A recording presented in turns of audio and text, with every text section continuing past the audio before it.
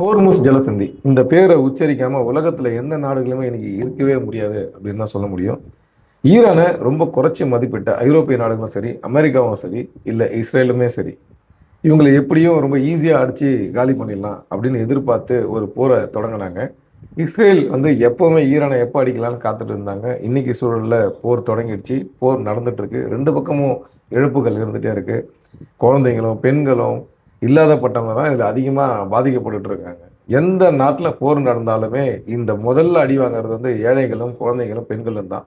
யாரால ஓட முடியாதோ ஒளிய முடியாதோ அவங்க தான் பாதிக்கப்படுவாங்க. இது இஸ்ரேலுக்கும் பொருந்தும், ஈரானுக்கும் பொருந்தும், உக்ரைனுக்குமே பொருந்தும். நீங்கள் உலகத்தில் எந்த மொழியில் வாரம் இருந்தாலும் இதுதான் உண்மை. ஆனால் இதுக்கான காரணம் யாருன்னு அப்படின்னு பார்க்கும்போது வெறும் இது இஸ்ரேல் ஈரான் போரா மட்டுமே நம்ம பார்க்க முடியாது. ஏன்னா இஸ்ரேல் மட்டும் ஈரான்கிட்ட சண்டை போடல, இஸ்ரேல் மட்டும் தனிப்பட்ட முறையில் ஈரானை வந்து அடிக்க வரல, இஸ்ரேலோட ஆயுதத்தை மட்டுமே வச்சு ஈரானை அடிக்கல. அதனால தான் ஈரான் இந்த ஹோர்முஸ் ஜலசந்தியை மூடக்கூடிய நிலைமைக்கு தள்ளப்பட்டாங்க. ஒரு புழுவை கூட சும்மா குத்தி குத்தி நீங்கள் விளையாடி பார்த்தீங்கன்னா தெரியும், அது படையெடுக்கிற மாதிரி எழுந்துச்சு நிற்கும். அந்த மாதிரி தான் இன்னைக்கு ஈரான் வந்து திருப்பி அடிக்க ஆரம்பிச்சிருக்காங்க. இதுக்கு மிக முக்கியமான காரணம் உலகத்தில் ஒரே ஒரு நாடுன்னு சொன்னால் அது அமெரிக்கா தான். அவர் தான் வந்து உலகத்துக்கே நீதி சொல்லக்கூடிய அண்ணன், பெரிய அண்ணன்னு சொல்லுவோம், பிக் பிரதர் அப்படின்னு. அந்த நிலைப்பாட்டில் தான் ஈராக்கை எப்படி காலி பண்ணாங்களோ, பெட்ரோலியம் ப்ராடக்ட்ஸ், அதாவது இயற்கை வளமான இருக்கக்கூடிய நாடுகளை எல்லாத்தையும் அடித்து அவங்க கண்ட்ரோலுக்கு கொண்டு வந்து அந்த வளங்களை சுரண்டுறது இன்னைக்கு வரைக்கும் அமெரிக்கா பண்ணிட்டு இருக்காங்க. இது வரைக்கும் பண்ண வரைக்கும் ஓகே. இன்னைக்கு நடக்கக்கூடிய சூழலுமே அமெரிக்காவை வந்து தட்டி கேட்க முடியாத இடத்துல நிற்கிறோம்.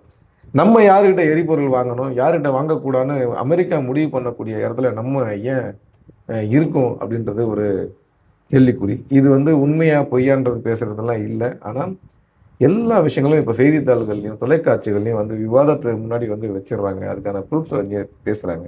பார்க்கும்போது இப்போ ஈரான் வந்து வேற வழி இல்லாமல் அவங்களுடைய மொத்த பலத்தையுமே பயன்படுத்தக்கூடிய நிலைக்கு தள்ளப்பட்டிருக்காங்க. அந்த விளைவு தான் இந்த ஹோர்முஸ் ஜலசந்தியை மூடினாங்க. இதில் பாதிக்கப்படுறது இந்தியா மட்டும்தானா அப்படின்னு ஒரு நீங்கள் கேள்வி கேட்டிங்கன்னா, இந்தியாவை விட அதிகமாக பாதிக்கப்படக்கூடிய பல கல்ஃப் கண்ட்ரிஸ் இருக்கிறாங்க. அந்த டீட்டெயில்ஸ்லாம் இந்த ஒரு வீடியோ மூலிமா நம்ம போட்டிருக்கோம். அதை நீங்கள் பார்க்கலன்னா பார்த்துக்கோங்க. இன்னும் வரக்கூடிய நாட்களில் இதனுடைய விளைவு எப்படி இருக்க போகுதுன்னு தெரியல, நம்மளால் ப்ரெடிக்ட் பண்ண முடியல. ஏன்னா எங்கேயாவது போர் நடந்தாலும் இந்தியா வந்து இந்தியாவுக்கு பிரச்சனை இல்லை, பாதிப்பு இருக்காது அப்படின்னு தான் நம்ம இது வரைக்கும் பார்த்துட்ருக்கோம்.